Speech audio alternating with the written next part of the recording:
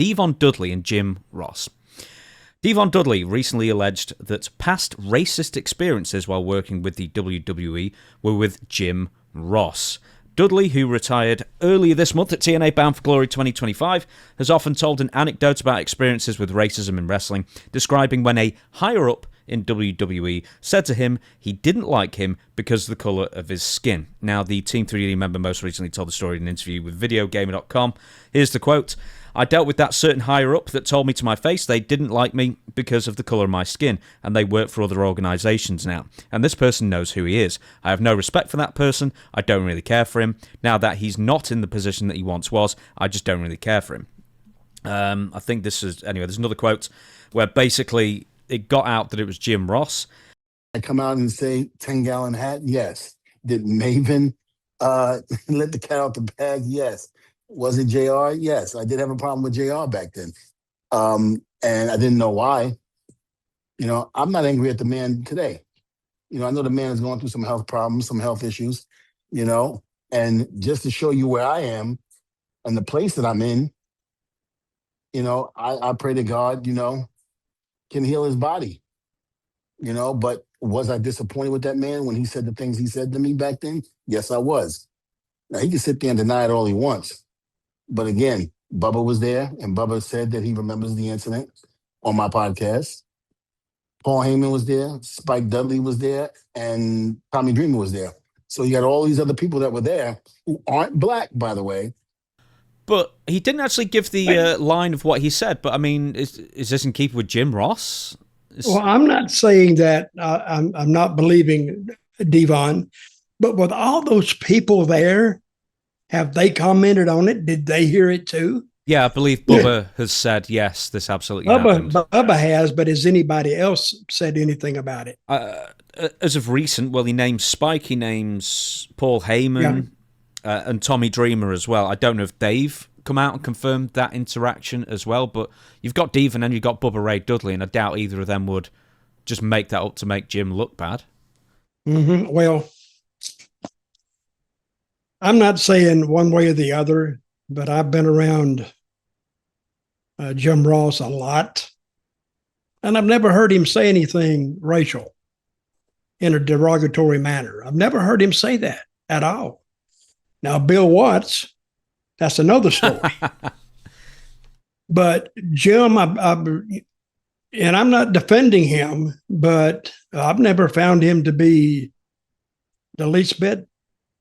And of course, he could be. I don't know. But I've never known him to be racist or even say any words that were racist. So, but how did this come out anyway?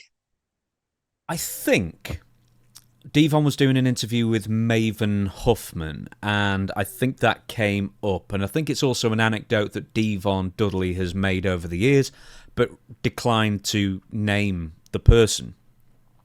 And I think Maven accidentally either let the cat out of the bag or whatever it is. It just came out that it was Jim Ross the last week that Devon was talking about all these times. So, I mean, Devon's been very consistent with the storytelling. Definitely said it was Jim Ross. He said he can deny it all that he wants. Do you, obviously, because your character was Zeb Colter in the WWE kind of thing, but was this kind of prevalent in decades? Many decades past, yes, it was. But, I mean, did you ever go to a promotion where you just thought, well, they're black, they're never going to get a chance? No, never have. Hey, one of the biggest, if you talk about a racist attitude about a lot of things, remember I brought up Bill Watts? Oh, yeah. But Bill Watts, you know, I think he really was kind of prejudicial, to say. But you couldn't tell it by his booking because all his top stars, a lot of his top stars, were black. Ernie the Cat Ladd.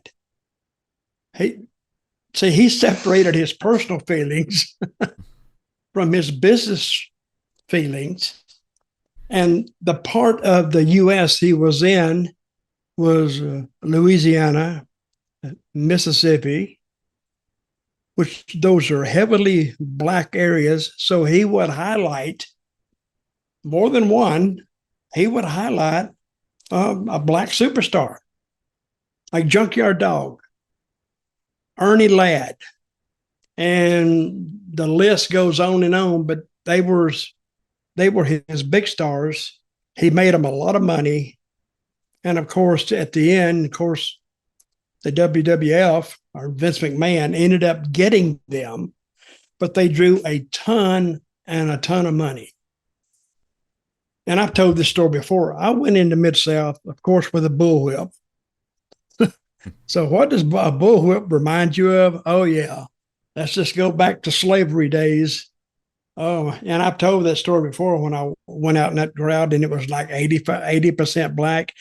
And that was the quietest crowd I have ever seen, because they were thinking, I want to see this old white boy get in that ring, get that ass handed to him.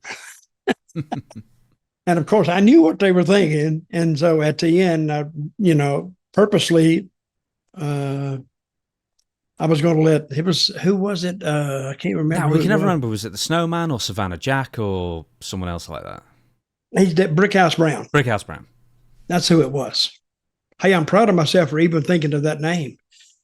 Of course, but I purposely held off for him getting that whip. And when he got the whip, brother, it was like the roof came off. They all, yelled as loud. It was almost deafening in a high school gym. And it was sold out. And I give him a couple of shots. I actually took another one just so the people would get their money's worth. And the old white boy hit the ankle express, and I was out of there. So, but the match wasn't really that good. It was but the bullwhip was, of course, that was the throwback to earlier times. And that was the key to the match. When he got that bullwhip, okay, tide is turned. We won. So, and I got out of there. And I left early too, by the way, because that wasn't the last match. I got out of there. Because if you wait to the end to leave, they get outside talking, and you could have a problem. Mm-hmm. So, with that being said, let's go back to Jim Ross. Do you think that Jim Ross, because we haven't got like a full quote, I guess, or like the entire situation of what happened? I'd love more about it, but could Jim Ross have been saying, well, you're not going to be considered a main event star because you're black, and that was mistaken for an edict from Jim Ross or something? Okay, where did he tell them this? In WWE? Yep, 99, 2000, around that time, just when they were coming in. I don't know. I can't speak for anybody else, and he may have been. I never knew Jim to be that way, because if he was racist, I think he would have let something slip out at one point. But I never heard anything from him. Of course, that's not condemning him, and it's not convicting him. He could have been one of the two, but me personally, is all I can speak about, is I never heard it.